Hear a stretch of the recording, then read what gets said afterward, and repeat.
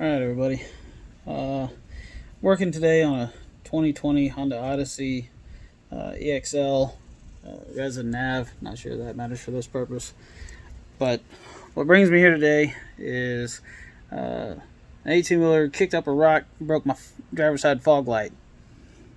So, see, it's pretty well shattered. Could not find any videos whatsoever, any instructions on how to work on this area other than to replace the bulb by pulling back the plastic in the fender well. You would normally see the front of the car looks like this. So if the front of your car looks like this is applicable to you. So I shattered the fog light. If you are indeed changing just the bulb, granted. Let me crawl under here. Then you would see something like this. You would undo. This was tucked on the inside of this, so there was a 10 mil bolt in this hole, which was here. It was a couple of let's see, I think there was a couple of more 10 mils in these holes, which were on the top side of these, and then there was a flathead push pin in this hole through here. So that was a Phillips bolt here. It's actually kind of a pain in the ass little thing. Phillips, and it looks like this.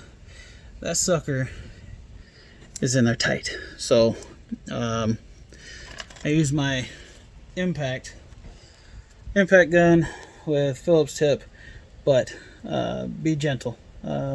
I backed it off, tightened it, backed it off, tightened it, backed it off, tightened it, and you'll feel it fighting you. So be gentle, because you'll strip the heads out of these real quick. I know that because I stripped the head on the other side, which you have to take off to change out the oil filter. So be careful with that one. And then another push pin, little flathead pop pin right there. Took out another flathead pop pin up there on the inside of the wheel well. That allows me to peel this back.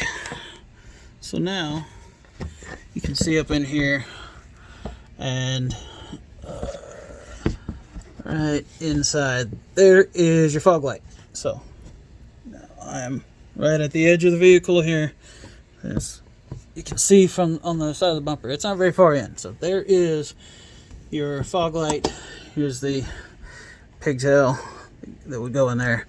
You can just twist that off, change out the bulb. But to change the housing, you'll notice that it screws in from the other way. It screws in from the front of the vehicle.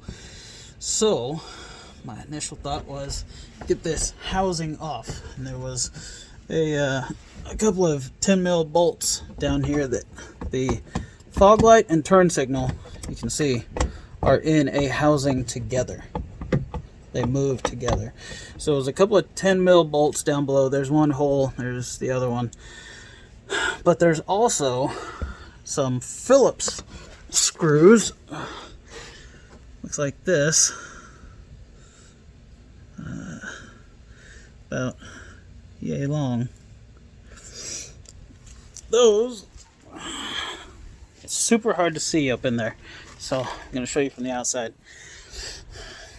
Bear in mind, this valance goes on there like that, right? So let's look at the back side of this. Notice those little plastic loops that hold it on. There's loops. 2 on the top, 2 on the towards the center of the vehicle, towards the grill, 2 on the bottom, and then 2 on the outer side, the right side, the outside of the vehicle. But there's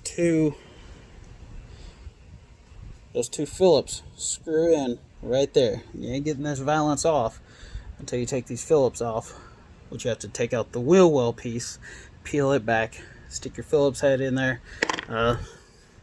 Plain old Phillips screwdriver, nothing fancy. You can get to them pretty easy. But it's super hard to see, but just bear in mind they're at the bottom of the fog light and at the top of the turn signal. So top and bottom outermost of that, you can get those two Phillips off. So you got those two Phillips, and then the two 10 mils down at the bottom of this turn signal and fog light housing. But you'll notice it's still caught on something. That little bit right there. And I just take a little flathead screwdriver, and I'm going to stick it in this hole. Just kind of pry up, and now you'll see that red tab as I push it. Now that housing has popped off. So there's a little tab right here that is holding that housing in. That's what clips in first, and then I'm sure they do the 10 mils to hold it steady, and then they'll put the outer valance on and do the Phillips. But remember to take off your pigtails for both the fog light and the turn signal. Once you get the valance off and you can move this housing out, now you see the fog light housing. There's a Phillips. That is just, looks like a plastic tab, part of this housing that holds it on. Probably something just to hold it in place while you actually get the screws in there.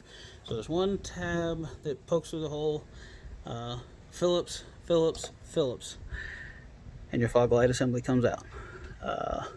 This was a pain in the ass to figure out. Honestly, if there was any sort of instruction booklet at all, this would have been 10,000 times easier, but it's a 2020.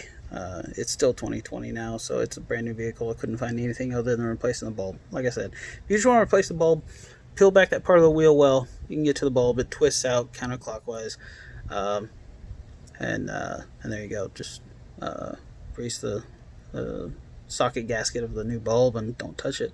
But the new housing I got from the Honda dealer, $60.16, I think, maybe something like that. So yeah, $60, and it had a new bulb in it, so it's an entirely new assembly, sealed, ready to go. Screw it in place. This took me entirely longer than I care to admit to figure out, but you can do it too.